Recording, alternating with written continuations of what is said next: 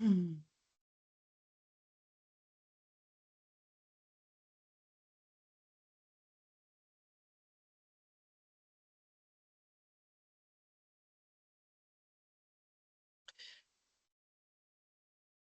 So are you guys still seeing my slide? Yes, Yes. looks good. That's weird because I'm You're oh, not you know seeing what? the You know slide. what? I can, it's okay. I got it. I got it. I'm dialed in. Sorry. I didn't, oh God. And my dogs, I haven't taken them for a walk yet, and they're gonna be like, ugh, they're starting to get restless. Oh, these Oh, long yeah. meetings. Who plans these long meetings anyway? Yeah, who does, Caleb? All right, I think we hit the 2:30 mark. I might have to, I don't know, I might have to throw my dogs out. But anyway, welcome everyone to the Forage Fish and SCAW Working Group Breakout Session. Many thanks to all for joining. If you can please put your name and affiliation in the chat, that would be great. And I think we are recording this session just for mostly note-taking purposes, I believe. And yeah, let's see if there's anything else preliminary. I can't think of anything at this point. So I hope everybody's had a chance to get a cup of coffee, check your email, shake your head. So yeah, I think what we'll do is just start with a quick overview of the agenda. So I will kick things off with the most exciting presentation on tackling regulatory hurdles surrounding the restoration creation of waterbird nesting islands. And I say that with a bit of sarcasm, but anyway, it is important stuff. And then I will be followed with, I'm really looking forward to this, updates on forage fish management in the Northeast United States by Michelle. And Sean is going to then follow Michelle with a talk on seabirds for stock assessments, developing an Atlantic herring recruitment index from common tern food habits data in the Gulf of Maine. And that's kind of what we were talking about, is getting forage fish biologists together with us. And then go ahead. Sorry. And then following Sean will be Gemma, who's going to give an update on Project Poop, just sort of where her lab is at for the coming year, maybe an update on analyses that she's currently working on with the samples that she has in hand. And then we're going to go into a group discussion, if we have time, on Project Poop in 2026. And sorry, my dog is barking. And then if we really have time, review short and long-term objectives of both of the working groups. So that's the agenda in a nutshell. So does anyone have any questions? And I actually, if you don't mind, let me go and take my dogs out, because otherwise they may start to bark. I really apologize. I'll be right back. Come on, you guys. Yeah. Go. Thank you all for joining in while Ruth lets her dogs outside. Again, if you haven't signed in, if you could add your name and contact information. All right, Ruth's back. Sorry. All right, so next I will share my presentation. Okay. Slideshow. Sorry. Okay. Are we good? Yes, we can see your slides in the right format. Excellent. Okay. So I'm going to provide, like I said, a quick overview of an initiative that Dave Brinker, who's with the Maryland DNR Natural Heritage Program, and I are leading, which entails drafting a white paper on behalf of the Atlantic Flyway Council to address the issue of permitting impediments associated with the restoration or creation of waterbird nesting islands. Come on, pal. It is not advancing. Okay. So why are we doing this? As most of you are aware, especially if you work in the mid-Atlantic, Southeast, or on the Gulf Coast, of the really rapid loss of natural coastal nesting islands due to sea level rise and other climate change effects. And this is really forcing us to consider some pretty aggressive solutions to offset this loss. And two of the more common solutions are the restoration of existing or remnant islands and the construction of new islands using sediment dredged from navigational channels. So, as you well know, these solutions pose some pretty significant challenges, including the high cost associated with these types of projects. Site selection and island design can be quite daunting. Also, finding suitable material for the restoration, construction, and maintenance of these islands, and then also gaining public support. But the challenges that we're trying to address in this white paper deal with state and federal permitting requirements. So at the Atlantic Flyway Waterbird Committee meeting last September, Dave and I proposed a series of steps to take in the development of this white paper. And the first step was to gather information on statutes and codes related to island restoration and creation from each state in the flyway. And thanks to committee members who provided their information, and also to a policy analyst in my agency who has access to databases that none of us do, we actually got it done. And the second step was to identify at least one legislative restriction that is common to most or all states. And we determined that to be the protection of subaqueous lands or submerged lands. So now we're on step 3, which is to draft a white paper on behalf of the Atlantic Flyway Council that, one, argues for state regulatory agencies to consider island restoration creation projects priority actions that are in the interest of the public good, and two, recommends several avenues to pursue within the existing regulatory structure to effect change. And if the Atlantic Flyway Council agrees to sign off on it, we plan to send one copy to the Coastal States Organization, which is a collective voice for coastal states on a variety of issues dealing with coastal and ocean management, and another copy to NOAA.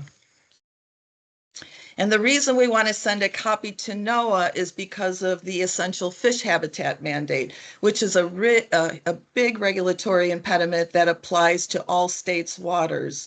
Moreover, NOAA has a legally mandated consultation and advisory role to protect essential fish habitat that carries significant influence over federal actions, many of which often trickle down to the state level. And the definition of essential fish habitat is in the blue box. And I'll give you a few seconds to read that in case you're not familiar with this mandate.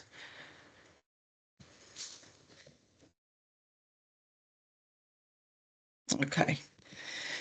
So I'm happy to announce that we have made some progress on the white paper. In January and February of this year, I met virtually with staff from these 4 organizations.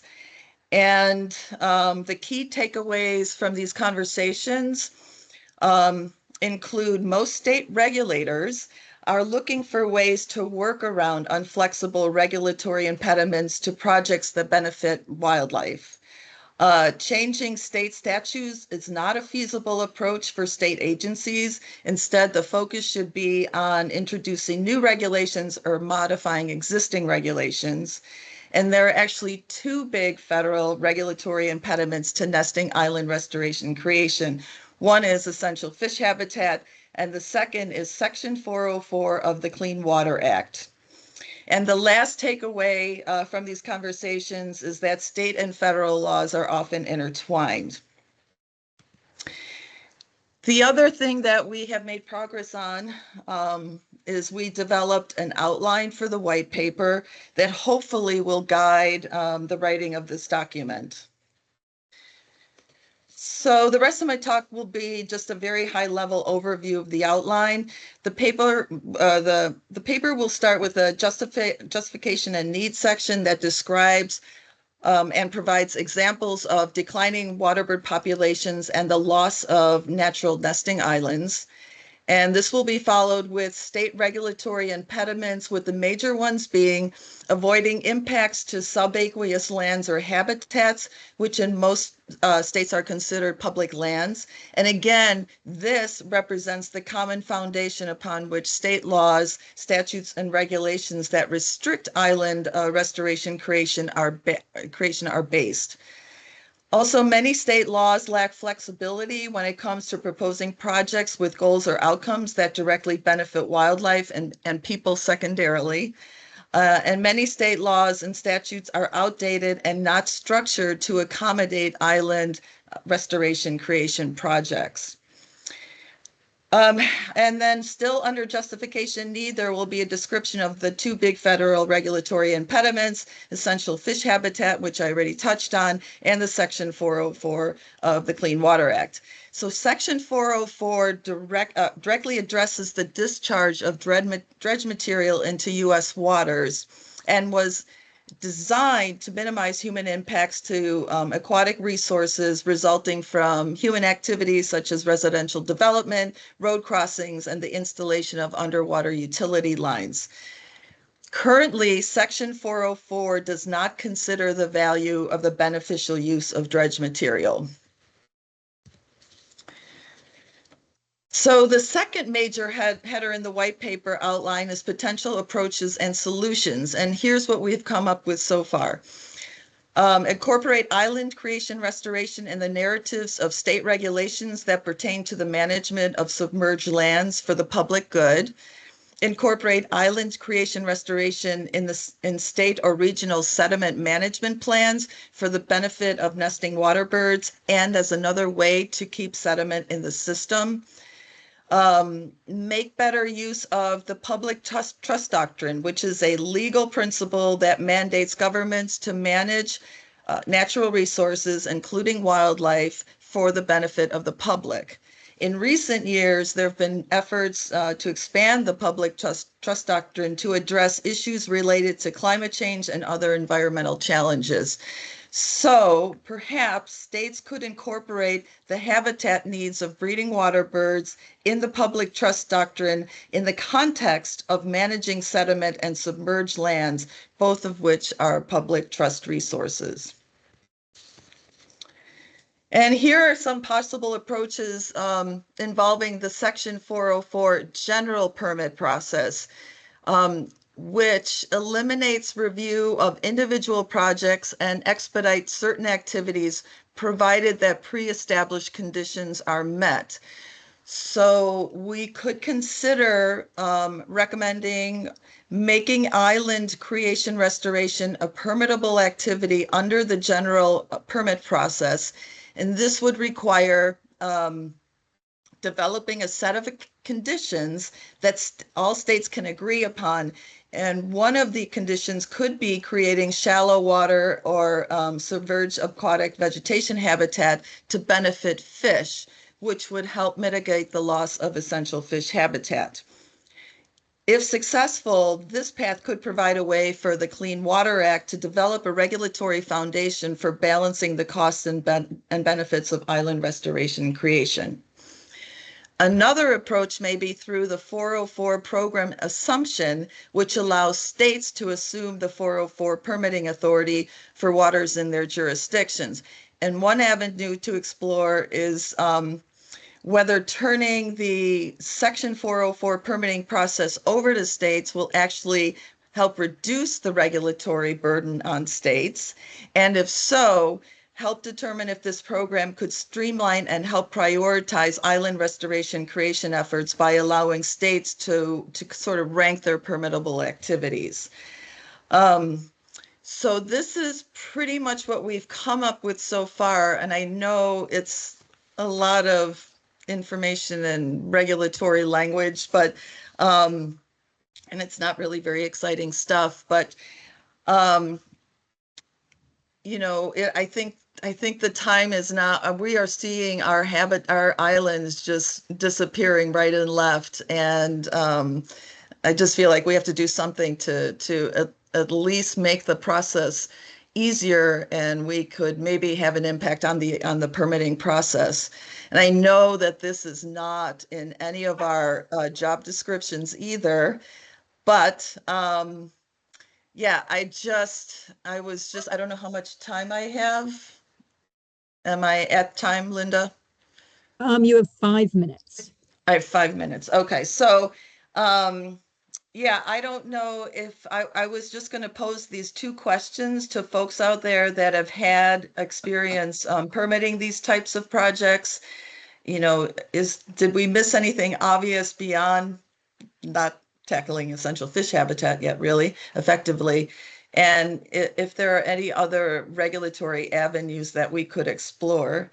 And I am going to, I don't know if anyone has. Margaret has her hand up with a question. Okay, great. Hey, Ruth, really interesting, and, you know, obviously important. I am afraid I'm not useful on the regulatory front. But I wanted to Not ask, many of us are. right, whether you've been able to put any thought into how, once you build these islands, you keep them in place. Great Gull Island is, you know, a very bizarre problem that we're just starting to grapple with now. It was, you know, fixed in place by the Army when they built a fort on it back at the turn of the last century by an enormous shield of riprap all around the shoreline. And the combination of sea level rise and increasing storm intensity is starting to pull that revetment down. Yeah. Yeah. And, you know, lots of the funding opportunities for doing shoreline restoration want a natural shoreline. Yeah. And a natural, in our case, a natural shoreline is, there's so much legacy structure that's actually making up what you would call the body of the island now, that it's hard to imagine that you could put in a natural shoreline and have the island actually stay in place. So just wondering if anyone has thought about those things yet in this effort. Yeah, as I mentioned before, you know, design and maintenance of an island, those are two big challenges, and that is truly site specific. You know what I mean? The wave action, the fetch, all that other stuff comes into play. You know, what we would like to promote is, to the greatest extent possible, to not to build islands that have riprap all the way around, but at least on one side or a bit of it, you know, allow a natural sort of beach effect, if you will, and not have it, you know, but that may not be possible at all, you know, so it's tough. Those are tough. But what we're trying to address is just even being able to do the restoration and creation, Right. you know, Yeah. you know, and having the permitting process sort of, be a little bit easier, more streamlined, I guess. Yeah. But thank you. Important. Yep. Lindsay had her hand up, but now I don't see it. So I don't know if you still have a question, Lindsay. I didn't know if we had time, so I didn't want to pressure you guys. Oh, we have 1 minute. I was going to say that in Georgia, the impermanence of an island was a selling point to their NOAA, to their NIMS people. Our NIMS people will not allow any island creation or expansion, but for a lot of islands, maybe more so in the South and the Northeast, the impermanence is acceptable because of the recurring nature of the dredging projects and, you know, those beneficial habitat characteristics that come with impermanence and change. But it's that was just something that crossed my mind, is that, you know, if people think of it in terms of something that's more natural and more subject to responding to the forces of nature. But for examples of islands with riprap and stuff, I mean, there's Queen Bess Island and on the Northern Gulf. So there's lots of different kinds of islands. Right. Yeah. If Yeah. they will engage in a conversation Yeah. that could And end with a yes.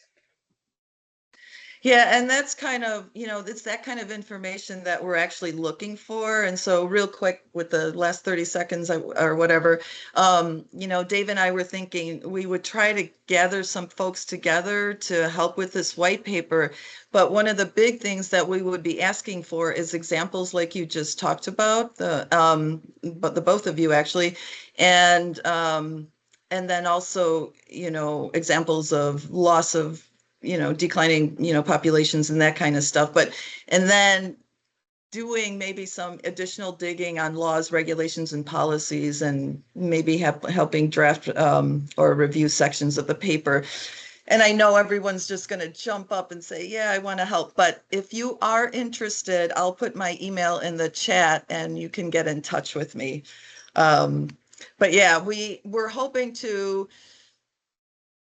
you know, I may try to work on this a little bit more before the upcoming field season, and then drop it and maybe take it up in the fall again. So I'm hoping maybe to present something to the Waterbird Committee, Atlantic Flyway Waterbird Committee next winter, I think. So I'm going to stop with that, sharing. Ruth, we better Yep. move on. Yep. Sorry. Um, Okay. Thanks, everybody. And Michelle Stottinger is our next speaker. So hopefully, Michelle, you're here. I'm here. Can you hear me? I can just barely hear you. Okay, I've been having some connection problems, so hopefully this will, it'll just go. Let me try sharing my screen.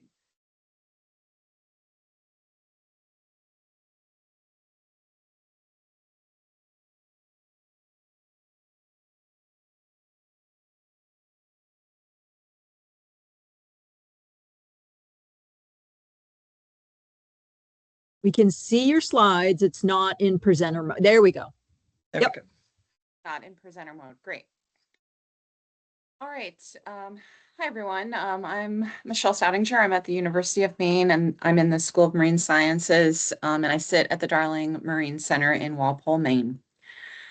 Today, I'm going to be giving some updates on the management status in the New England region for two forage fish that I believe are of high interest to this group, Atlantic herring and Sam lance.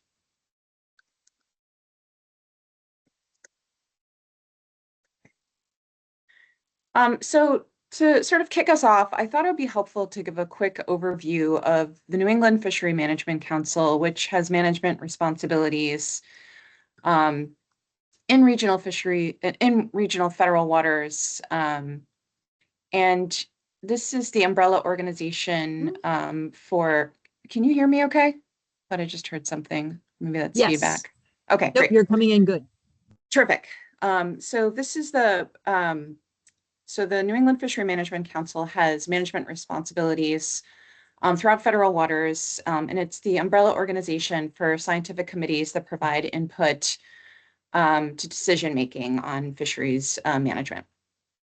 So the New England Fishery Management Council is one of 8 regional management councils.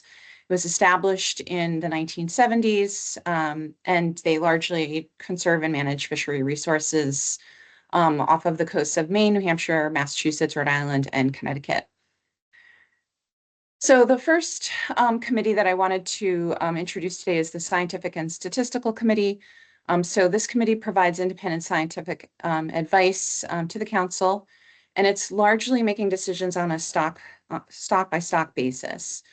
So these are decisions, for example, surrounding acceptable biological catch, or ABCs, which you may have heard of, maximum sustainable yield, as well as overfishing and rebuilding targets, among other indicators of our fishery resources.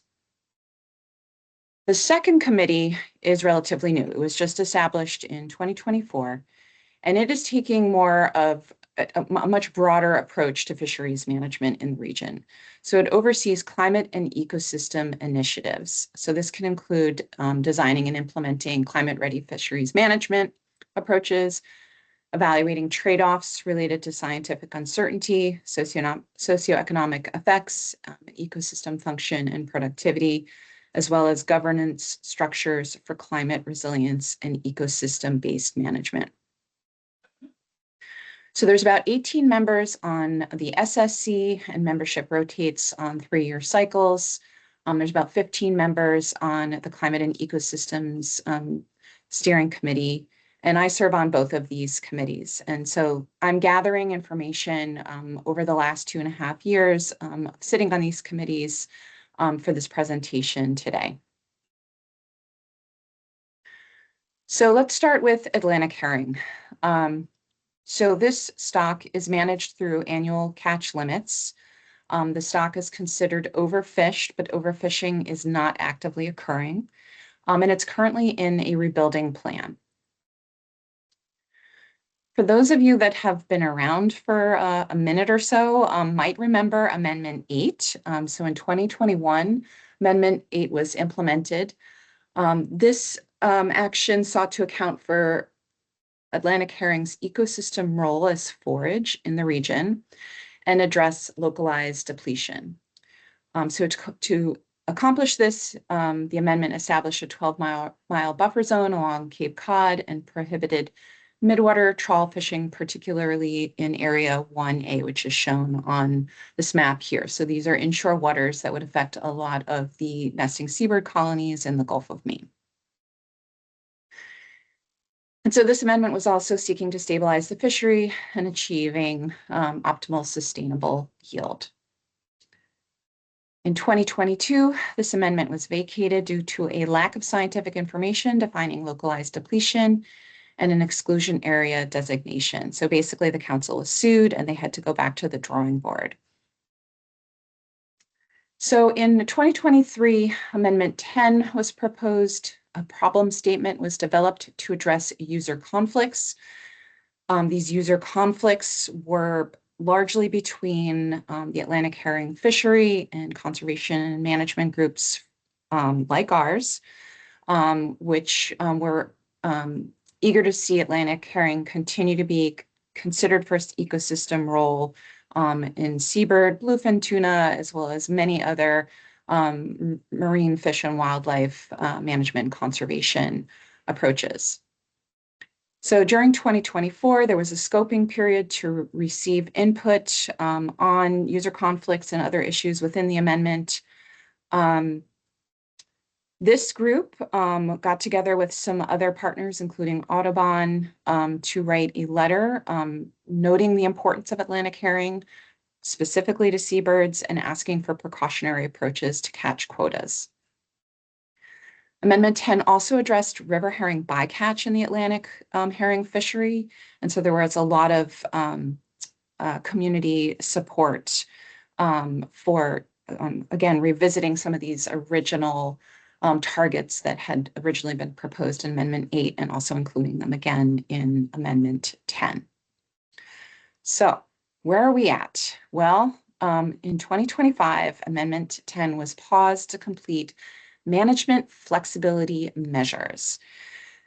So my read of this is that due to a lot of staffing shortfalls at NOAA, they had a reduced capacity and regional resources to continue to pursue this amendment at the trajectory that it had been in the 2023 and 2024 development and scoping years.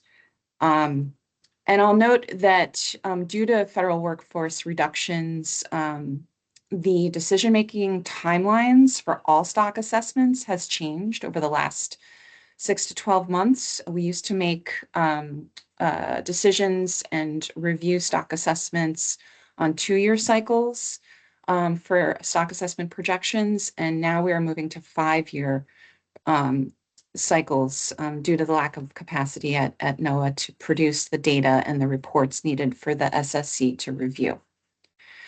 So this has raised a lot of issues for the SSC and how to deal with stocks that are experiencing high uncertainty in their biomass projections, and Atlantic herring is definitely one of those. So the current status of Atlantic herring is that in 2024, the assessment projections indicated high potential for overfishing if the full allowable biological catch was utilized. And the SSC recommended to adopt the lowest catch limits in the history of the Atlantic herring fishery management plan to avoid an overfishing, an active overfishing designation. So as of 2025, the stock is still, so we're still in that overfish status, but overfishing is not currently occurring. And as of 2025, the stock is behind on the rebuilding schedule with only a 50% chance to be rebuilt by 2031. That action that did happen in 2024 to adopt those low catch limits were believed to have kept overfishing from becoming an active status. And currently, the research track and plan development teams have been updating stock assessments for Atlantic herring with a new model known as the Woods Hole model. And the Atlantic herring stock assessment is one of the first stocks on our schedule to review later this year. So we're scheduled to meet in July to go over the new data and model outputs. So although the reduction in the allowable catches in 2024 were believed to avoid the stock going into an overfish status, fishing pressure is not believed to be the primary reason the stock is not recovering. Continued poor recruitment and high natural mortality are the main issues that appear to be driving the stock status. So overall, the results of the most recent stock assessment point to broad environmental and ecological factors affecting herring population status. And this conceptual model that I'm showing here appeared in the last stock assessment for herring, trying to break down where uncertainty and risk was in the overall life cycle, and summarizing like critical recruitment drivers and conditions affecting population dynamics. So this includes food availability, predation on herring eggs, as well as larval temperature stress. So switching gears to our second forage fish of interest, sand lance. This stock in the New England region is not commercially harvested, and it has no fishery management plan. So it's considered an unmanaged forage fish. And overall, its population status is largely unknown. So there's a new project that is funded by the New England Fishery Management Council and overseen by the Climate and Ecosystem Steering Committee to establish management strategies for ecosystem component species, or EC species, in the region. So this initiative was pursued in response to climate-driven changes in distribution, phenology, abundance, and changing productivity of stocks. And this designation is intended particularly for stocks that don't have a management or conservation plan.